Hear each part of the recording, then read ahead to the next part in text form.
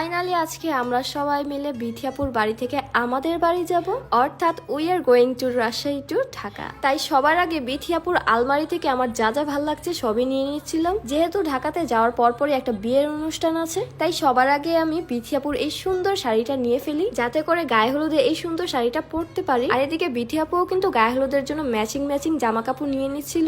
মূলত বিথিয়াপু গায়ে হলুদে একটা লেহেঙ্গা পরবে আর আমি পরবো শাড়িটা।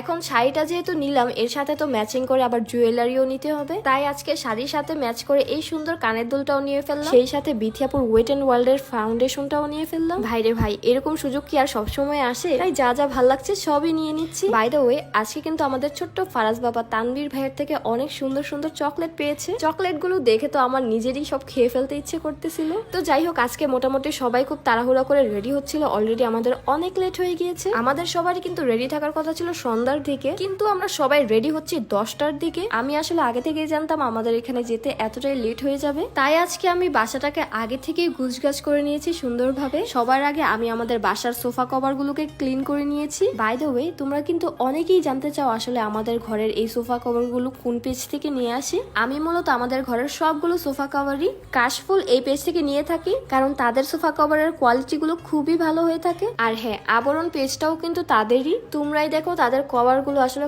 কতটা প্রিমিয়াম। শুধু তাই নয়, তাদের পেজে কিন্তু আরো অনেক সুন্দর সুন্দর চেয়ার টেবিলের কভার আছে, আর প্রাইসটাও কিন্তু অনেক অনেক রিজনেবল। তোমরা চাইলে যে কোনো কালারেরই তুর্কি কভার, প্রিন্টেড কভার অথবা ভেলভেট কভার সবই পেয়ে যাবে। তো যারা কম প্রাইসে ভালো কোয়ালিটির সোফা কভার, চেয়ার টেবিলের কভার নিতে চাও, তারা কিন্তু এই পেজ থেকে নিতে পারো। তো এই তো বলতে না বলতে আজকের মতো আমাদের ঘর গোছানো কিন্তু একদমই কমপ্লিট, আলহামদুলিল্লাহ। এখন শুধু আজকের মতো আমাদের বাড়ি যাওয়ার পালা। আর এদিকে বিথিয়াপুর বাড়ি থেকে সবগুলো লাগেজও কিন্তু আজকে আমরা সবাই মিলে খুব সুন্দর করে গুছিয়ে নিলাম। আমরা কিন্তু আজকে সবাই অনেক বেশি এক্সাইটেড ছিলাম।